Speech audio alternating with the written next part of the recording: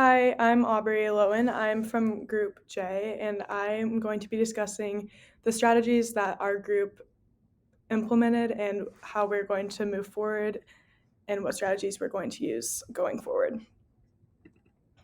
So initially, our strategy was have a minimal amount of product with a lot better quality with a higher price point, but we found out quickly that the market that we were reaching was not a big fan of this, and we weren't really getting a good earnings per share or return on investment or revenue or any of that. So we switched to a business model with a lot of models that wasn't as pricey because we looked at the competitive data and saw that this is what a lot of the groups who were our closest competitors were doing.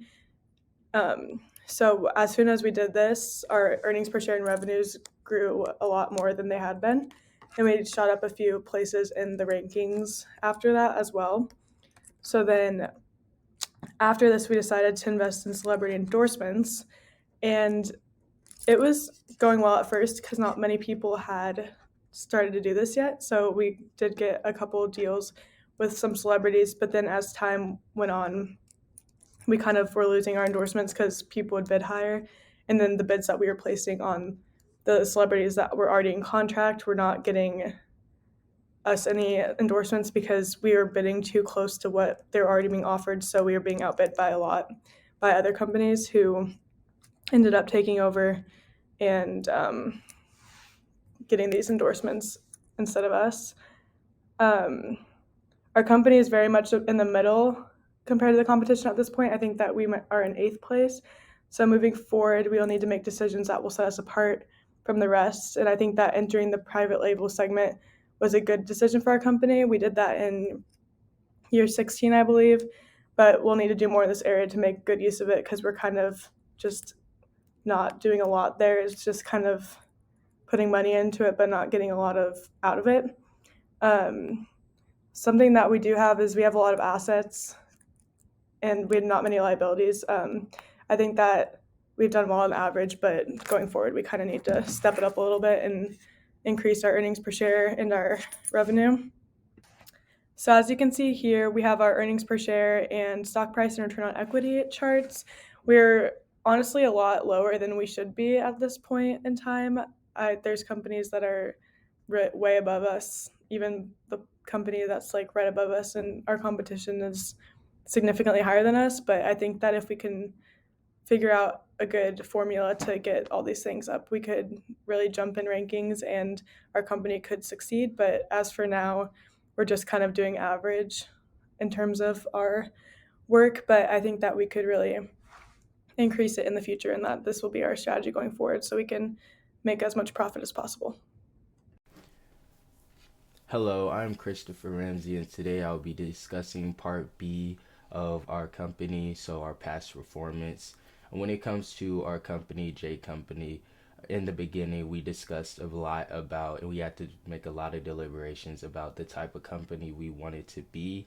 And this brought about a lot of trial and errors in order to reach that goal. And the company we were striving for was a more high end product, a higher end shoe, especially when it came to our competitors. We saw in the beginning years we had a lower wholesale segment and a lower marketing segment compared to our close people we were competing against in the market. And this made us see that we had more room to grow compared to what they were bringing out in their reports. From the productivity segment, we realized that we didn't have to produce as many shoes as we were in the beginning, and we start to decrease that while improving the quality of our shoes. We also realized that our production cost was pretty low. Also, in comparing our labor cost, and we had to start increasing that to improve the quality of our shoe. So when it came to the internet segment, we saw that we did not put a lot of effort into that area when we needed to. So as the years went on, we started to add more into the internet segment. We wanted to reach out and be able to collaborate with an ambassador as well in order to promote our shoes. However, we did not get to reach that segment, that part.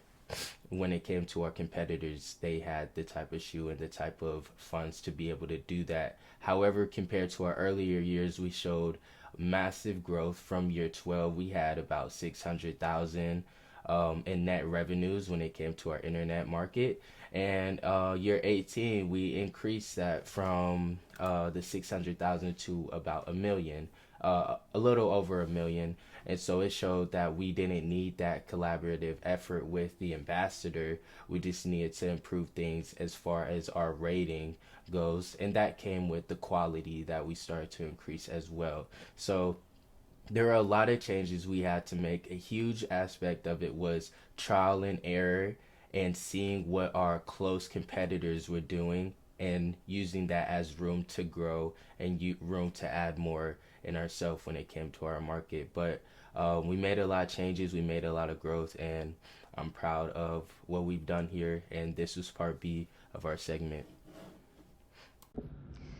So our current standing for our company, we are in 8th place, and we have a 94 overall investor inspection score and a 52 overall best in industry score and a 73 overall score.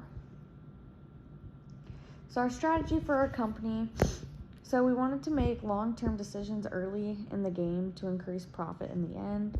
So by doing this, we produced cheap shoes, sold them for cheap, and then we also did lots of advertising, especially with celebrities.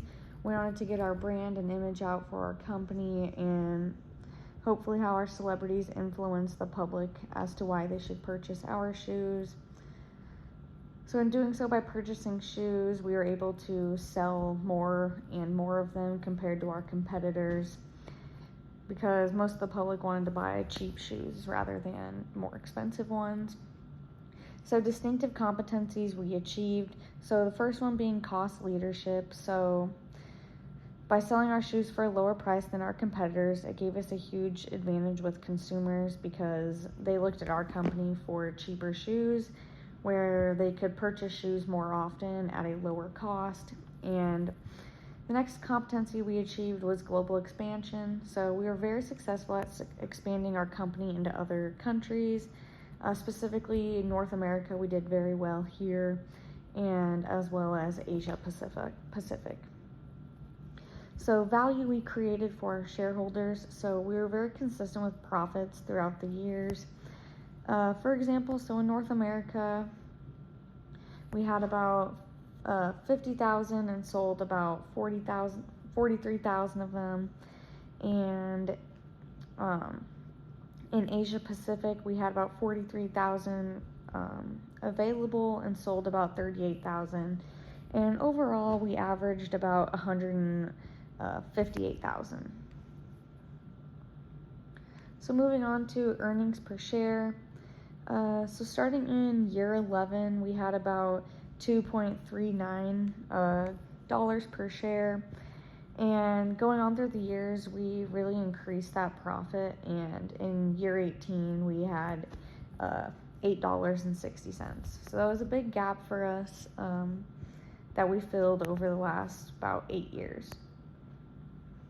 So current problems, concerns we have. So we've been facing tough competition with the other teams, and our return on equity could be higher, especially looking at the other teams that are ahead of us. Theirs was much higher than ours. So that is something that our team could work on. Hi, my name is Cameron Hall, and for my portion of the meeting today, I'm going to be talking about our company's future plans and how we plan to stay competitive, what kind of our future goals and our strategy is. So over the last number of years, we have really hammered down on marketing. We've tried to expand our footprint nationwide and as far as around the world, really to just market to individuals who are looking for a nicer, more high quality shoe. We plan to continue to do that into the future as well. with our current strategy, just expanding on that, maybe putting more dollars into marketing to continue to grow. I would say our closest competition has done this well as well. They have spent a lot of money on celebrity endorsements as well as just overall marketing campaigns. But I think that our company has achieved success in this space. We have a really large footprint across the globe, and we want to continue to reach people not just in the United States, but also in Europe, Asia, and South America. The way we plan to do this is making our product better and telling everybody about it. So we're going to boost the quality of materials that we use, and we're going to market that. We also would like to continue to look into the private label deals as well as celebrity endorsements in order to really get our name out there and to fit the need for people. The second strategy that I would say our company is really focused on is bringing a high quality, not just an everyday shelf shoe. We want to have the best shoe out in the market, but also for a price that we would consider to be fair. Finally, I would say with our strategy as far as growing into the future is to open more locations. I mean, we need to get more manufacturing warehouses across the globe so that we can produce more shoes. By expanding our footprint and expanding the amount of production we have available, as well as buying quality equipment to expand the production, I think really sets our company up for success into the future. So with that being said, expanding on the marketing, growing our plant, as well as increasing the quality of the materials that we use, we are set up for the future for a great success. Okay, so now I'm going to talk about the future impact of kind of what we want to do on our financial statements. So just looking at the slide here, so we have year 18, which is the last year of the simulation, then 19, 20, and 21, which are all projections. So revenue, we have a pretty steady growth track here. We think that this is going to be largely in part due to our increase in marketing expenses, our increase in warehouse expenses. So we're going to be able to produce more product, and then also our expansion into the private label section. We only really got into that in like the last couple of years, and we think that this is something that could be super profitable for our company going forward. Next, we'll talk about cost of goods sold. So we talked about in our future plans how we need to, expand into new markets and really spread the word of our company. And so expanding into new markets, it's going to cost a little more to produce these products at the current time, just to get started. But we kind of see this flatlining a little bit too. So as you see, the difference between year 20 and 21 is only $7,000 compared to a jump of over 50 in the 2 years prior. And then next, so marketing expenses. This is another big thing that we want to focus on.